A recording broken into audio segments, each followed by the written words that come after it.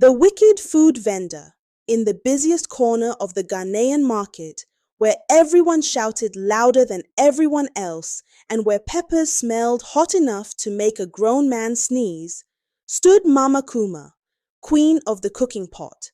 Her jollof steamed like a volcano ready to erupt, and her groundnut soup smelled so good that even the goats walking by paused and looked twice.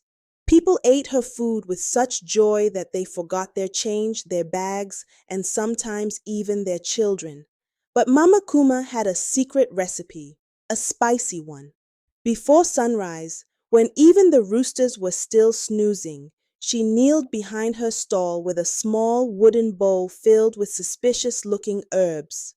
She whispered charms like she was gossiping with spirits and sprinkled the powder over her food. A tiny glow rose from the pot like it was saying, "Good morning, time to cause trouble." By afternoon, her customers were enchanted, literally. They came running like they just heard Beyoncé was performing for free. One bite of her food and instantly they wanted more. Some villagers even pretended they forgot to cook at home so they could come back again. Mama Kuma simply smiled as her money piled up like she was saving for a mansion in heaven. And indeed, her lifestyle changed faster than plantain disappears in hot oil. A big flashy house appeared on the hill.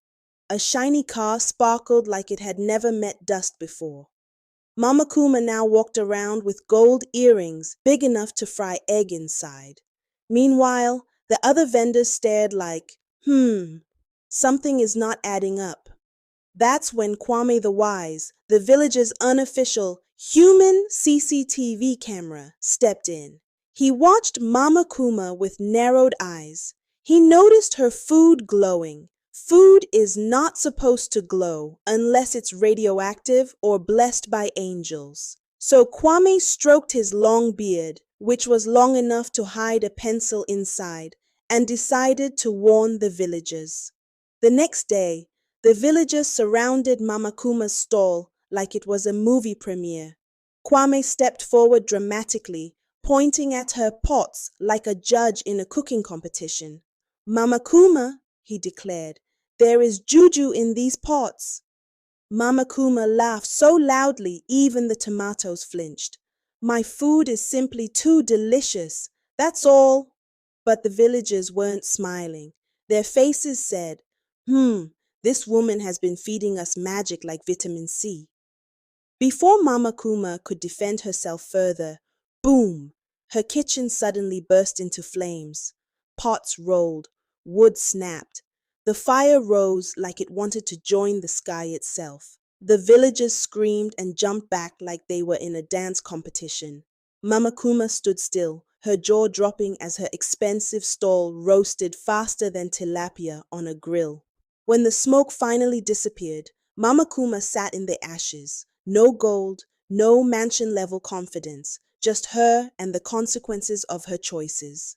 She stared at the burnt remains and whispered softly, almost like she was scolding herself, "You can't eat money, and you can't buy karma." Later, the villagers gathered, shaking their heads in that "we tried to tell you" style. "Shortcuts never last," one said. "Honesty is the best seasoning," another added. Kwame simply smiled, his beard flowing in victory, proud that the lesson was learned before things got even worse. And from that day, the market returned to normal, still noisy, still busy, but a little wiser, and a lot less enchanted.